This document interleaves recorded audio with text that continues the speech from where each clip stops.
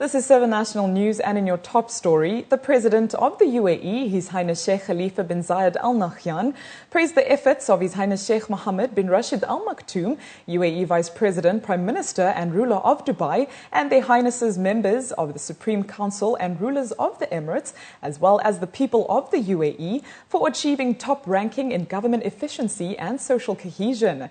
The UAE is reaping the rewards of empowerment by achieving global recognition due to its wise vision and policies, government excellence, and the efforts of UAE citizens, as stated by the President when commenting on the UAE's #1 ranking in the Global Competitiveness Handbook 2013, which was issued by the International Institute of Management Development in Switzerland.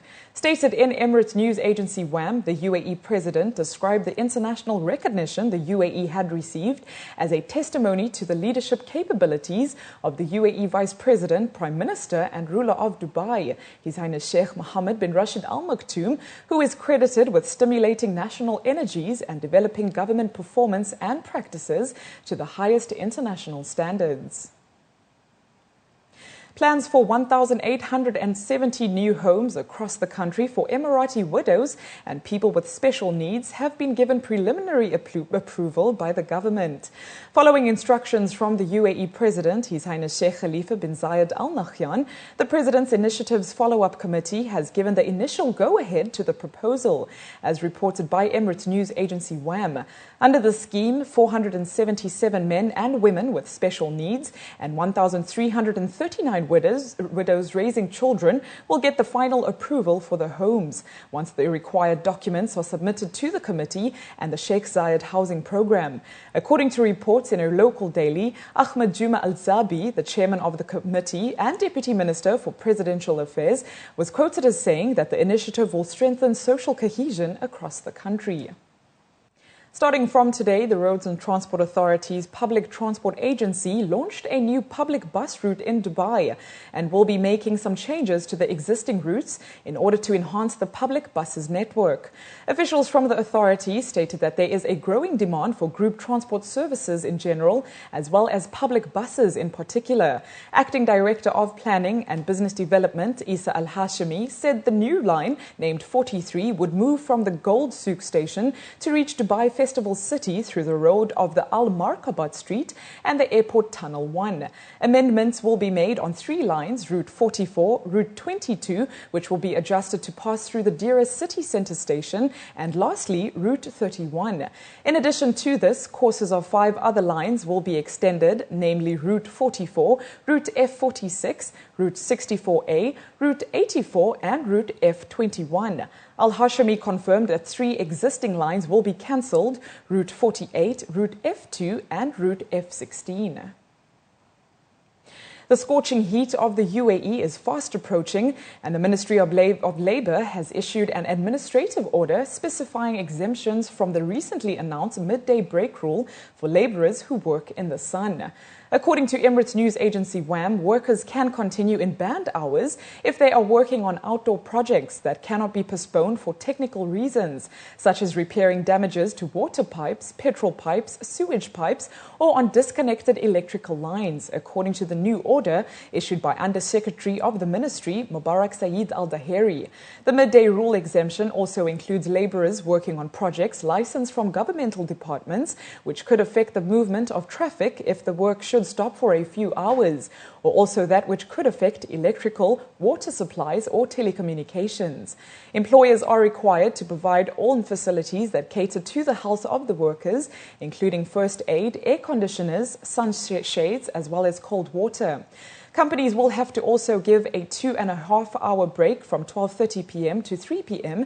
to labourers who work outdoors. The 3-month midday break rule will be enforced from the 15th of June until the 15th of September 2013.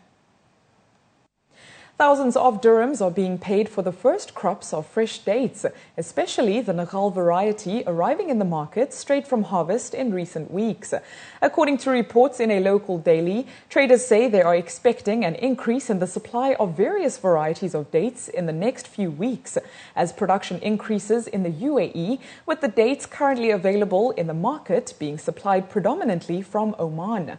The Neghal date, found in the UAE as well as Oman, is the first variety variety to hit the market and is being picked in its rutab or more ripened state and is a popular seasonal delicacy at Emirati homes.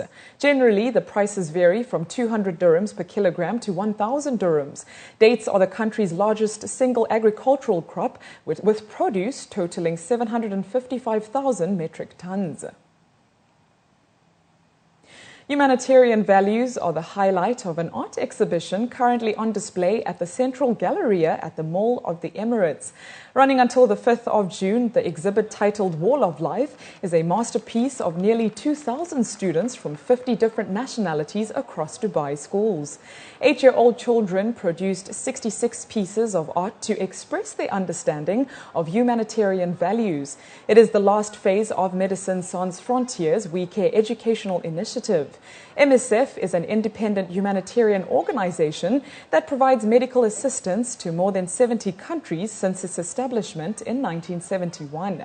Through this effort, which included a 40-minute presentation as well as a question and answer session, they aim to raise awareness about the humanitarian issues worldwide among students. It is hoped to encourage a spirit of volunteerism among students and give them the confidence that they too can make a difference regardless of their age. The We Care initiative, or the Wall of Life, it had been an ambitious idea from one of our volunteers, and we were thinking that, okay, let's try this. The whole idea behind it is to see what is the understanding of children 8 years old about humanitarian, about caring for others. And we had been impressed by this production. There was no guidance. We didn't tell them what to do. What comes is natural expression from those children. Over 2,000 kids around Dubai schools had participated, and we had this amazing project that left us speechless about their vision of tomorrow.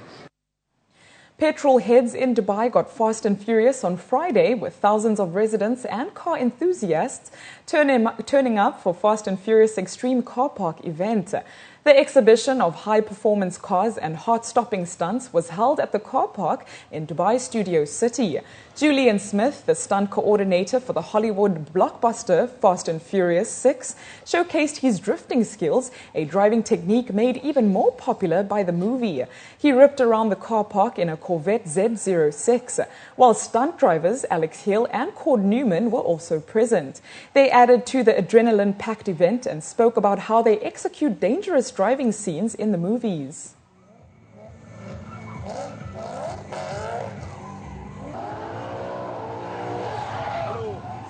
We've all come from different parts of the industry, whether it's motorsport, whether it's car enthusiasts, and spent, say, 10, 20 years of practice to actually put these stunts together. So it isn't something that you can learn. It's through practice in a controlled environment. When you put together a stunt sequence like this, a lot of the things you do involve laying out Hot Wheels, the little bitty miniature cars, and we go through and we show in sequences with the Hot Wheels each step by step, so visually we all understand where each of us are going to be.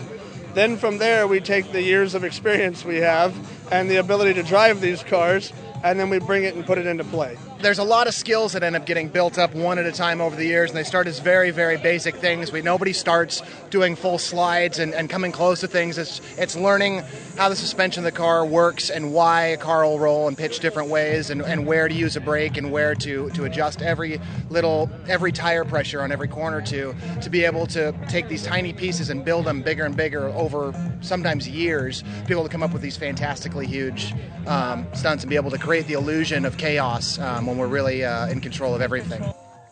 Not to be outdone, Emiratis also showed off their skills with some impressive and daring two-wheel driving.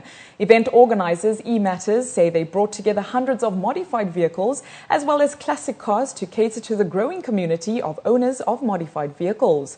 With the movie Fast and Furious 6 currently running across cinemas in the country, they say they want to send out some important messages about road safety and Dubai's growing Hollywood appeal. They're looking for another venue for Fast 7 to be shot. And we thought, why not take this opportunity to make a big shout out for Dubai, let everyone know that we want the film to be shot here. It's a good message for everyone. The message behind what we're doing here today is drive responsibly in managed spaces specially created for drifting and these types of activities. And in order to fulfill that promise, we've got a few people to come in from Hollywood, from the UK, who have worked on some of the Fast and Furious movies, just to let people know how these stunts that are shown to them in the movies, that come in the movies, actually happen, how they're done. And finally, ending off your news bulletin now, the first day of Ramadan will be the 10th of July. And that's according to the Sharjah Planetarium at the Department of Culture and Information. And with just a little more than a month to go, the world's only 7-star hotel, Dubai's Burj Al Arab, gave guests a preview of what to expect for the holy month. Burj Al Arab's Iftar buffet menu will be available throughout the month of Ramadan in the Al Iwan and Bab Al Yam restaurants. Open to both hotel guests and visitors, each person will be served and spoiled by Chef Mohammed Ideen, the hotel's executive Arabic chef, together with the hotel's culinary team, who have designed a selection of traditional delicacies from the Middle East and North Africa region. Guests are welcome to break their fast at either of the venues, and on the iftar menu is a selection of traditional Arabic cuisine, followed by a variety of dates, iftar sweets and koshhaf. Those wishing to join a little later in the evening for suhour will have the option of a range of pastries as well as a platter of sliced seasonal fruit. Hoteliers stated that they aim to create memorable evenings throughout the 4-week period.